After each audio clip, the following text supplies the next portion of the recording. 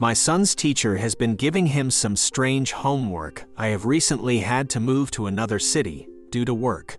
My family and I, which consists of me, my wife, and my 9-year-old son, Dylan, were suddenly uprooted from our quiet life and had to move to a busier city, which none of us were used to.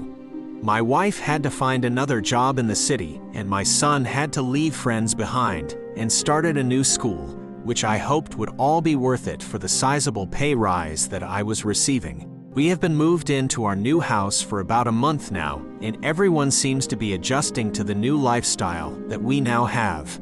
My wife has found a new job, which she enjoys, and she has made a number of new friends there. My son has also settled in well to the new school. He is in the 3rd grade, and due to being in a busier city, is in a larger class than he is used to. I don't think he minds though. He has already made a few friends that have helped him adjust to the new school. His teacher, Mrs. Wagner, was a younger woman, around 30, who Dylan seemed to really like. He would always come home and tell me and my wife all about the fun he had at school and the fun lessons that Mrs. Wagner would teach. I had only met her the once when I dropped Dylan off at school on the first day, and as far as I could tell, she was a very nice lady.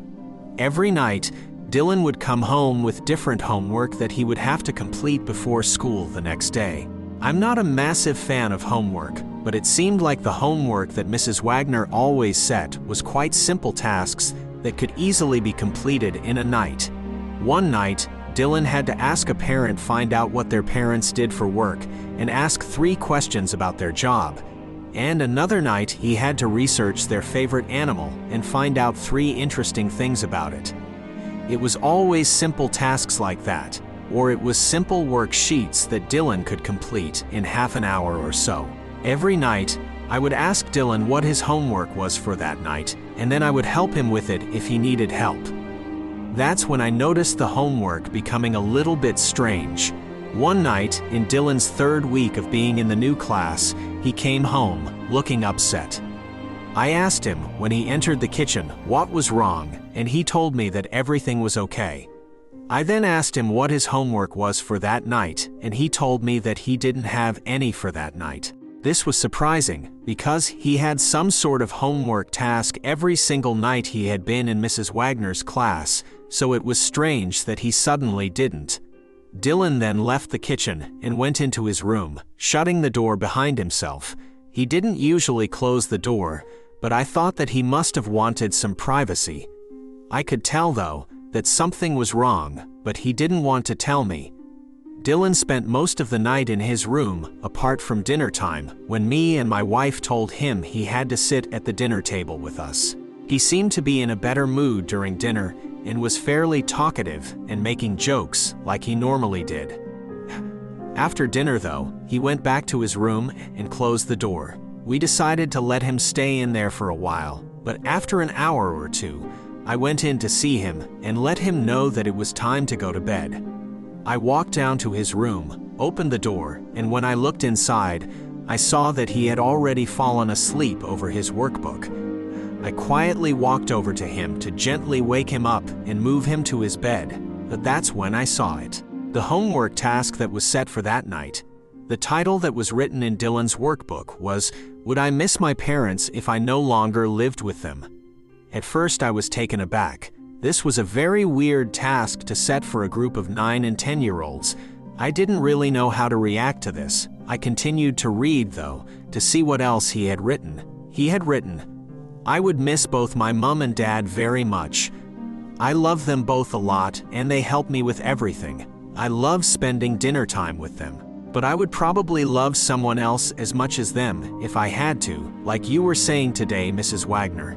When I read the final sentence, I felt chills down my spine. I would probably love someone else as much as them if I had to. The words struck me like a brick to the face. What had Mrs. Wagner been telling my son? What was the purpose of telling him these things? I decided, probably stupidly, not to tell my wife about what I had found. She would worry, and she probably had a right to worry, but I didn't want to concern her. I decided that I would instead confront Mrs. Wagner tomorrow and ask her about this strange homework task. The next day, I took Dylan's school like I normally do, except this time I got out and walked up to the classroom with him. I saw Mrs. Wagner alone in the classroom as I entered the room, and she greeted me with a smile. "Hey, how are you?" she said as I entered the classroom. "How is Dylan settling in?" I answered that he was settling in well, but I did have one or two concerns. She asked what they were, and so I explained. "I was just curious about the homework you set yesterday. The one about how much they would miss their parents. I am just concerned because it is a very strange and confronting thing to ask a group of third graders. I also noticed that Dylan wrote that he might have to love someone else if he had to, like you told him. I would really like you to explain that." I asked her quite bluntly. "Oh, that," she replied as she let out a slight laugh. "Yesterday, I was teaching about how parents love and protect their kids, but also how that there are also other people that would be there to help them if they need it." I wasn't satisfied with this answer and was about to question her further when suddenly a large group of school children entered the classroom. They were all walking in 2 rows. They all greeted Mrs. Wagner and greeted her one by one. They seemed very well behaved, almost too well behaved. I then saw Dylan take a seat next to one of the students, who was staring to the front of the classroom with their arms crossed.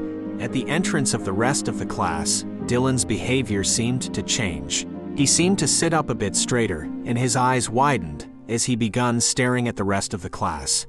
I looked around and noticed that all of the students were staring at the same spot. All their eyes were pointed at Mrs. Wagner.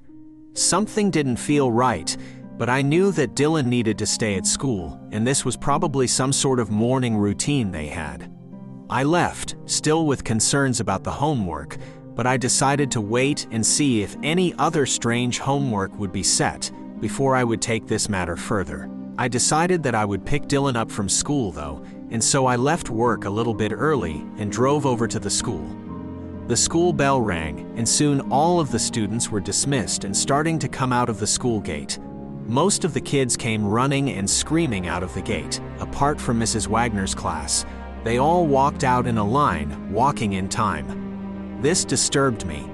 I had never seen a group of students so well behaved, especially even after the school bell had rung. Dylan walked over to the car and hopped in. He didn't say anything and sat in his seat, staring straight forward. I asked him if he was okay, and he just replied with the word, "Yes."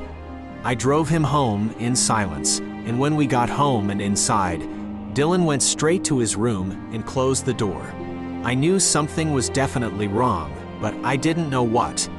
I decided to leave him alone until my wife got home, and I would tell her everything that had been going on. She got home about half an hour later, and I sat her down and explained everything that had been going on. She sat and listened and started to look more and more worried with every word I said. "Maybe I should go and talk to him. He might like that," she said once I had finished explaining everything. I agreed, and so she went into his room, and I waited out in the lounge room for them to finish talking to each other. 15 minutes later, Dylan walked out of his room and into his lounge room. He was holding a small workbook, and he said, "Can you help me with my homework, Dad?" "Of course, come and show me what you need help with," I replied. He held out the notebook, and I took it out of his hands and read the homework task for tonight. Written on the top line of the page was one task: research the best way to inject your parents with anesthetic. I barely finished reading the sentence when I felt the sharp pain in my neck, and I looked down and saw the needle sticking out of the side of my neck. Dylan was holding the other end of the needle, a blank stare on his face. Everything started to go black, and the last thing I remember seeing is Dylan staring down at me as I lay on the floor. I don't know how long I was out, but I was awoken by my wife screaming and crying. I woke up startled as she continued to scream. "He's gone, Dylan's gone," she kept screaming. I looked up at her, and the first thing I saw was the small pinprick that was on the side of her neck. She had been injected too. I didn't know what to do, but I knew I had to find my son. I tried my best to get up, but I think the drug hadn't properly worn off yet because I still couldn't move properly.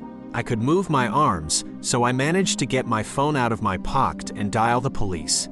I explained to them what had happened, and they said that they would send officers out and would begin looking for Dylan.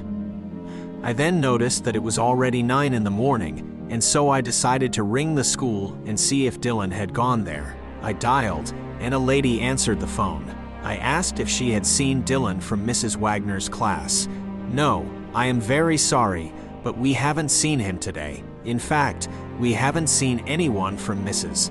Wagner's class today. They are all absent," which is very odd because Mrs. Wagner hasn't shown up for work either today, the lady on the phone said. I hung up and sat in silence for a moment. My wife had heard what the lady said, so she also just sat there in total silence. That was all 3 weeks ago, and Dylan is still missing, along with Mrs. Wagner and the rest of his classmates. All the parents of the kids in Dylan's class have the same story. They were injected with something by their own children, and when they woke up, their child was gone. No one knows where they went, but we all had the same questions. Were they all together? Was Mrs. Wagner with them? Was this all planned? Why were all the students acting so strange in the day leading up to this? Were they hypnotized or drugged? Or maybe something even more sinister was happening?